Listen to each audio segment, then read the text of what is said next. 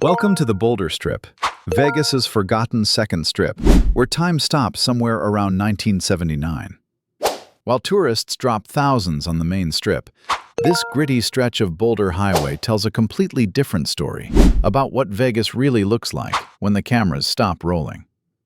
You're about to discover why locals actually prefer this rougher side of town, and what it reveals about Vegas's economic future. The Tale of Two Strips, when Vegas split into rich and poor. Here's something that'll blow your mind. Las Vegas basically has economic apartheid, and nowhere shows it better than comparing these two strips. The main Las Vegas Strip pulls in about $8.2 billion annually from gaming alone. We're talking Bellagio, Caesar's Palace, the Wynn, places where a cocktail costs $30, and people think nothing of dropping $5,000 on dinner.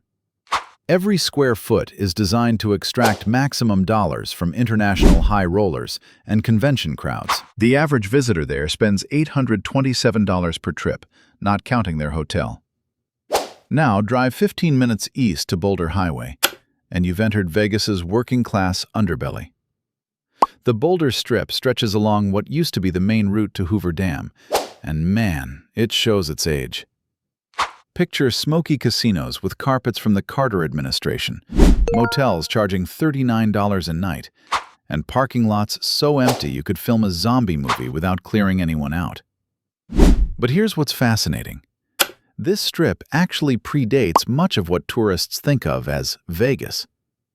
Boulder Highway was carved out in 1931 to shuttle workers building the Hoover Dam. Those workers needed somewhere to blow off steam and spend their paychecks, so enterprising folks set up gambling joints, bars, and cheap motels. This wasn't built for tourists. It was built for people breaking their backs in 120-degree heat, constructing one of America's greatest engineering projects. The economics here are completely different from the main strip. While Caesars charges $300 for a basic room, you can still find $40 rooms on Boulder Highway. The minimum bets? We're talking $5 blackjack when the main strip won't let you sit down for less than $25. The clientele isn't hedge fund managers on bachelor parties. It's retirees stretching Social Security checks, truckers on overnight hauls, and locals who remember when this was the only Vegas Strip that mattered. What really gets me is how this economic divide keeps widening. The main strip keeps pushing upscale, adding Michelin-starred restaurants, designer shops, and $5,000 a night suites. Meanwhile, Boulder Strip properties are literally crumbling. The East Side Cannery just announced demolition plans. Joker's Wild, a local's favorite since forever, is getting bulldozed for a shopping center. You want to know the real Vegas economy? Don't look at the Bellagio's fountains. Look at Boulder Highway's empty lots. Sam's Town and the ghost of Vegas past. Let me tell you about the most successful failure in Vegas history, Sam's Town, the casino that tried to save Boulder Strip and accidentally showed why it's doomed. Sam's Town opened in 1979 with a radical idea. Forget the tourists, build for locals. Boyd Gaming dropped $55 million. That's $200 million in today's money, creating this massive Western-themed resort right on Boulder Highway. They figured Vegas residents needed their own playground, somewhere they could gamble without fighting through tourist crowds or paying strip prices. And you know what? It actually worked. For a while. Sam's Town became the prototype for every locals casino that followed. They had this insane indoor park called Mystic Falls, with actual trees, waterfalls, and animatronic wolves. Every night at 2, 6, 8, and 10 p.m., they run this free laser light show that honestly rivals anything on the strip. The place prints money from locals who treat it like their country club. But here's the problem. Sam's Town's success couldn't lift the rest of Boulder Strip. While Sam's pulls in roughly $150 million annually in gaming revenue, the surrounding properties are dying. Arizona Charlie's looks like it hasn't been renovated since Reagan was president. Boulder Station tries to compete but feels like a mall food court with slot machines. The Longhorn Casino? It's basically a glorified 7-Eleven with video poker. The economics tell the whole story.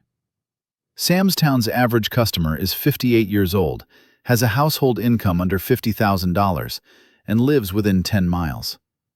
Compare that to a Wynn customer, average age 42, household income over $100,000, flying in from California or Texas. One demographic is growing, the other is literally dying off. What kills me is watching Boyd Gaming try everything to keep Sam's Town relevant. They added a 56-lane bowling center, an 18-screen movie theater, even a massive RV park for snowbirds. But you can't polish a location problem. Boulder Highway is still Boulder Highway, surrounded by pawn shops, payday lenders, and weekly motels that cops visit more than housekeeping. The real tragedy? Sam's Town shows what Vegas could have been: affordable entertainment for regular people. Instead, the city chose to chase whale gamblers and Instagram influencers. Now, Sam's Town sits there like a museum piece, successful enough to stay open, but powerless to stop the decay around it. Every time I drive past Sam's Town's vintage neon sign, still blazing against the desert sky, I think about all those workers who built Hoover Dam.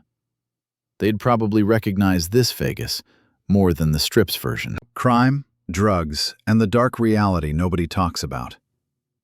You want to know why property values on Boulder Strip are crashing? Let me paint you the real picture they don't put in tourism brochures. Boulder Highway has the highest crime rate in Clark County. We're talking 147 crimes per 1,000 residents, compared to Vegas's average of 40. The motels here aren't just cheap, they're basically open-air drug markets. Metro Police run prostitution stings here monthly because the corridor is notorious for sex trafficking. Just last month, they arrested 37 people in a single weekend sweep. The economics of crime here are brutal but predictable. When rooms cost $39 a night and nobody asks questions, you attract a specific clientele. Drug dealers love these motels because they can rent multiple rooms, set up shop, and bail when heat comes. The property owners? They're stuck in a death spiral. They need the revenue from anyone willing to pay, but accepting that clientele drives away legitimate customers, forcing them to rely even more on criminal elements. Here's a number that should terrify investors. Properties within 500 feet of Boulder Highway motels lose 23% more value than similar properties elsewhere in Vegas. That's not normal depreciation. That's the crime tax. Real estate agents literally have to disclose if a property is Boulder Highway adjacent because buyers consider it a deal breaker. The homeless situation makes everything worse. The Strip pushed out its homeless population with private security and anti-loitering laws. Guess where they ended up? Boulder Highway's abandoned casinos and empty lots became tent cities. The old Moulin Rouge site? It's basically a permanent encampment now. These aren't just people down on their luck. Many are mentally ill or addicted, creating safety issues that make development impossible. What really pisses me off is how the city handles this. They'll spend millions beautifying the Strip's medians, while Boulder Highway looks like a war zone. They know the tourist corridor generates tax revenue, so that gets priority. Boulder Highway? It's written off as Vegas's sacrifice zone, the place where all the ugly realities get swept, so tourists don't see them. Insurance companies figured this out years ago. Try getting business insurance for a Boulder Highway property. Premiums are literally triple what you'd pay elsewhere. Security costs? Forget normal guards at $15 an hour. Here, you need armed security at $35 an hour, multiple cameras, and probably a panic room. One motel owner told me he spends $8,000 monthly just on security, more than his mortgage payment. The worst part? This creates a feedback loop that guarantees Boulder Highway stays dangerous. No legitimate businesses want to open here, so property owners get desperate and rent to anyone, which attracts more crime, which scares away more businesses. The gentrification that never came, and why? Everyone keeps saying Boulder Highway is the next big thing in Vegas real estate. They've been saying it for 20 years. Let me tell you why gentrification died here before it started. The Cadence master-planned community was supposed to change everything. Henderson city planners had this brilliant idea: build 13,000 homes right off Boulder Highway, creating instant demand for retail, restaurants, and entertainment. Boyd Gaming even announced they're replacing Joker's Wild Casino with Cadence Crossing, a modern locals resort targeting these new residents. Sounds perfect, right? Here's the problem nobody talks about. Cadence homes start at $450,000, but they're surrounded by $40 a night motels and methadone clinics. You're asking people to pay $500,000 to live next to Boulder Highway's problems. That's like buying a penthouse overlooking a landfill. The infrastructure challenges alone would bankrupt any developer stupid enough to try large-scale gentrification. Boulder Highway's sewage system dates to the 1960s. It literally cannot handle more capacity without $300 million in upgrades. The power grid? It browns out every summer when temperatures hit 115 degrees. The road itself floods whenever it rains because the storm drains were designed for a desert that gets 2 inches of rain yearly. Climate change now dumps that in an hour. Water rights make everything worse. Vegas gets specific allocations from Lake Mead, now at 27% capacity. New development doesn't get new water. It has to buy rights from existing users at insane prices. One developer told me water rights alone added $30,000 per home to his costs. You can't gentrify when your baseline costs are already priced for luxury development. The county's zoning laws are the final nail. Boulder Highway is zoned for gaming, adult entertainment, and light industrial, uses that generate tax revenue but repel residential development. Changing zoning requires unanimous approval from existing businesses. You think those payday lenders and strip clubs are voting themselves out of existence? The zoning board hasn't approved a major change here since 2003. What really shows gentrification's failure is comparing Boulder Highway to other Vegas redevelopment. Downtown Las Vegas got $350 million in public-private investment through Tony Hsieh's downtown project. The Arts District got tax incentives and historic preservation grants. Boulder Highway got a new bus route. The RTC added the Boulder Highway Transit Line, thinking better transportation would spur development. Instead, it just made it easier for criminals to move between motels. Every few years, some California investor shows up, thinking they've discovered Vegas's hidden gem. They buy a decrepit casino for pennies on the dollar, announce grand renovation plans, then discover why everyone else failed. The renovation costs more than building new because of asbestos, foundation issues, and code violations. The customer base doesn't exist because locals go to Sam's Town or drive to the Strip. The latest joke? NFT millionaires talking about turning Boulder Highway into Vegas's crypto district. Sure, because nothing says digital future like buildings from 1962 with dial-up internet infrastructure. What Boulder Strip reveals about Vegas's collapse. If you want to see Vegas's future, don't look at the new Formula One track or the MSG Sphere.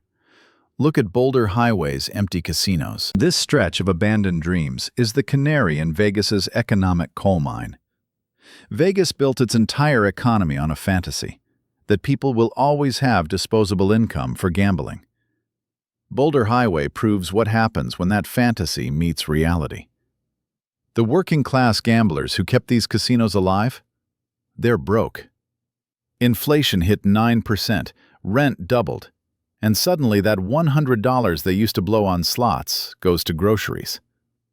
Boulder Highway casinos are seeing 40% less foot traffic than pre-2020, and it's not coming back. The demographic time bomb is already exploding. Boulder Highway's core customers are retirees on fixed incomes. Every year, inflation eats more of their Social Security checks, while medical costs skyrocket. The average Boulder Highway regular is 62 years old with multiple health conditions. In 10 years, they'll be in nursing homes or dead. The younger generation? They're not replacing them. They're on their phones, betting sports or playing online poker. Here's the scariest part. Boulder Highway is just the first domino. The same forces killing Boulder Highway are coming for the Strip. Yeah, the Bellagio seems invincible now, but they're dependent on international high rollers. What happens when China's economy crashes? When climate change makes Vegas unlivable? When online gambling gets fully legalized and nobody needs to fly to a desert? Water scarcity alone could end Vegas as we know it. Lake Mead drops another 50 feet, and Vegas faces mandatory rationing. You think tourists are paying $500 a night to take 3-minute showers? The casinos use 7% of Vegas's water. That sounds small until you realize they have senior water rights. When rationing hits, residents get cut first. Imagine the social explosion when locals can't water their lawns while Caesars keeps its fountains running. The real tell is how corporations are treating Boulder Highway. Boyd Gaming isn't renovating, they're demolishing. Station casinos let Texas Station and Fiesta Rancho rot rather than reopen them. These companies have internal projections we don't see, and their actions say everything. The locals market is dead. Extract what value remains, then run. Boulder Highway is Vegas without the makeup, old, tired, and struggling to pay its bills. The main strip can hide reality with fresh paint and marketing budgets, but those empty lots along Boulder Highway? That's what happens when the music stops. Boulder Strip isn't just Vegas's forgotten stepchild. It's a preview of what happens when America's playground runs out of players. The question isn't whether Boulder Highway recovers, it's whether the rest of Vegas follows it into decay. What do you think happens to Boulder Highway next? Drop a comment below, and don't forget to subscribe for more unfiltered truth about what's really happening in Vegas.